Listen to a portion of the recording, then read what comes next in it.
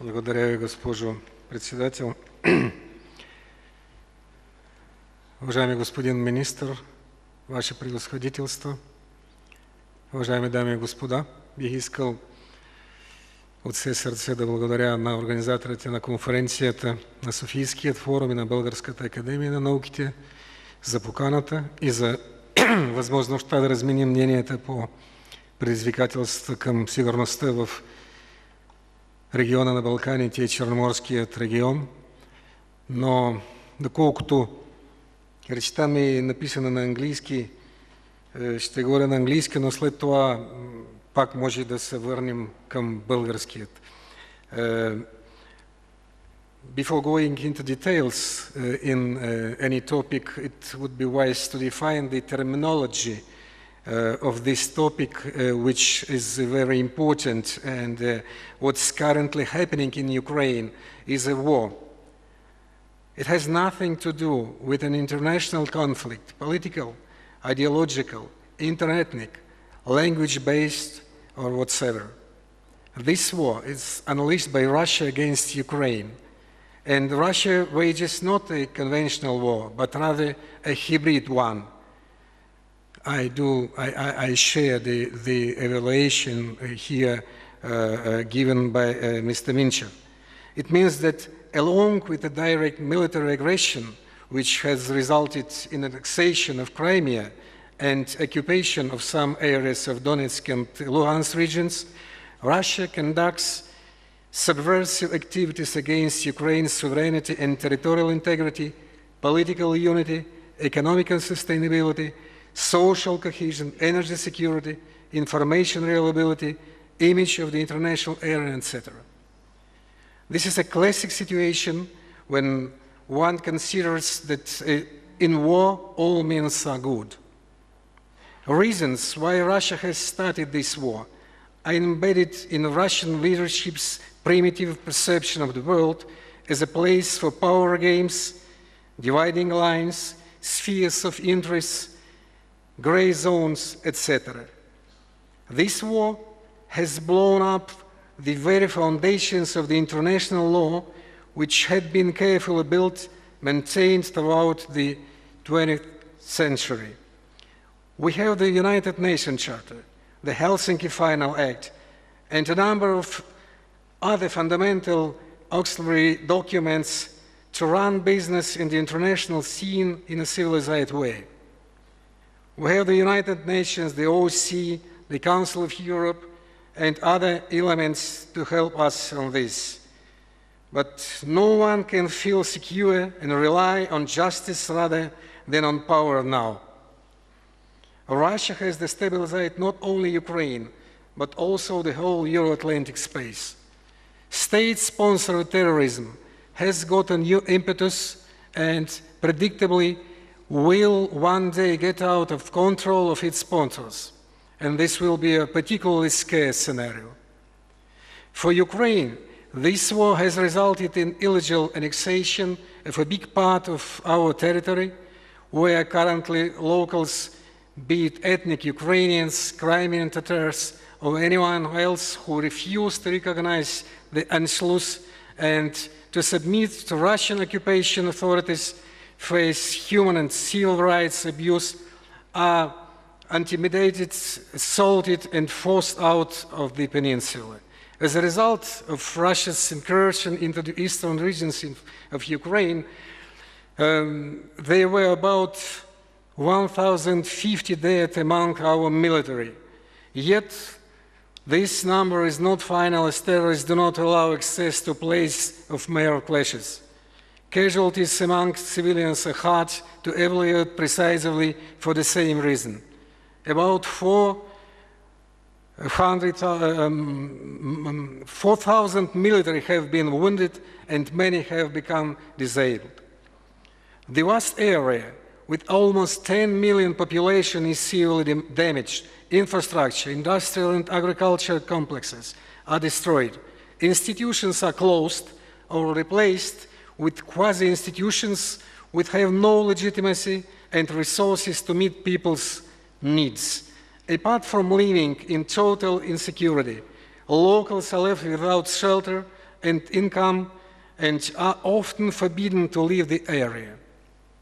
In Russia, the aggression against Ukraine has seriously exacerbated inherent economic and social problems and intensified crackdown of democracy.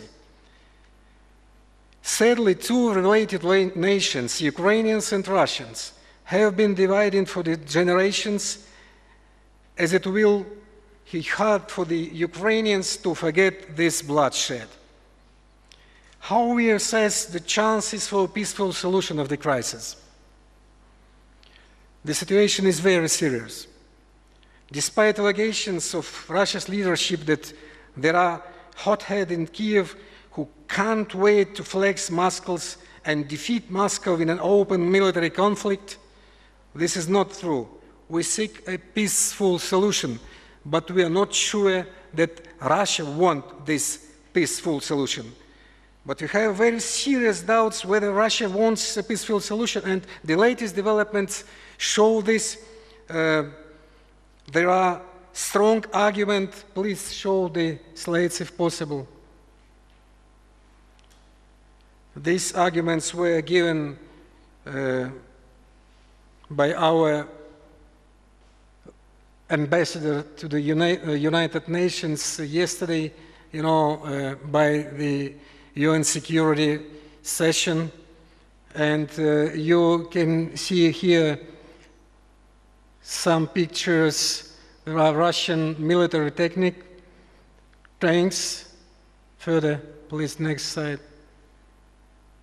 Next slide. It's a Russian tank T-72. We don't produce in Ukraine. There are many artillery systems. You see some of them. Tanks again.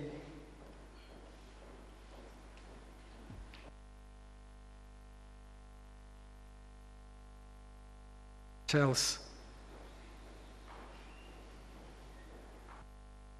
We have another slide.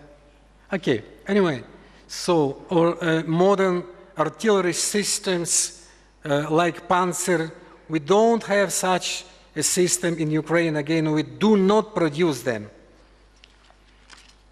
We can put in this way, Russia wants peace only in exchange of full control of Ukraine's agenda.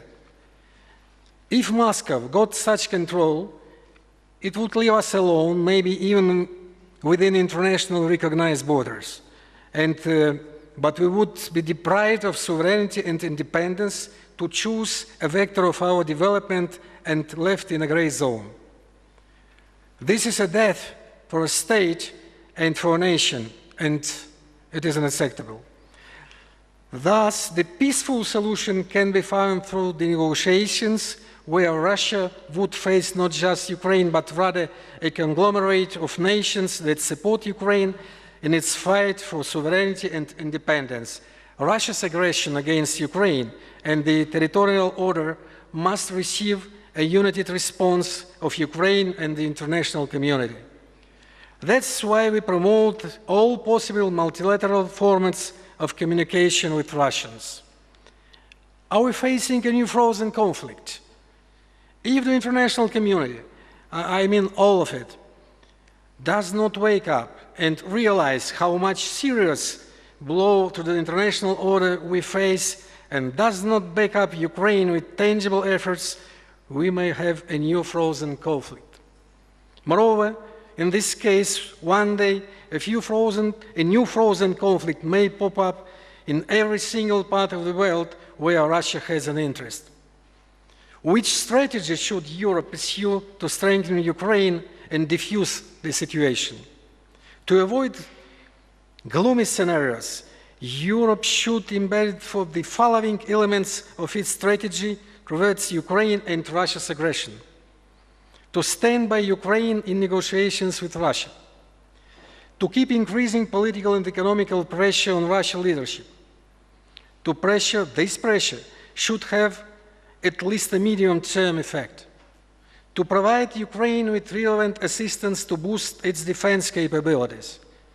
To reiterate my previous argument, we do not seek to conduct an offensive, but the history proves that no one attacks those who are capable of defending themselves.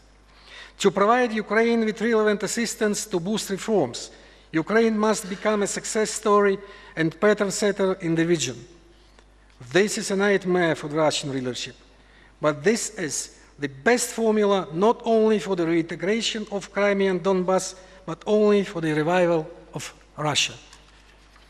To undertake genuine efforts to gain independence of Ukraine and all of Europe's and Russia's energy sources, to resist Russian propaganda, and to support civil society in Russia. How does the situation in Ukraine affect trends in the regional security? Close to the topic. If it would be no exaggeration to perceive current developments in Ukraine as a broad reflection of security challenges in regional and world dimensions.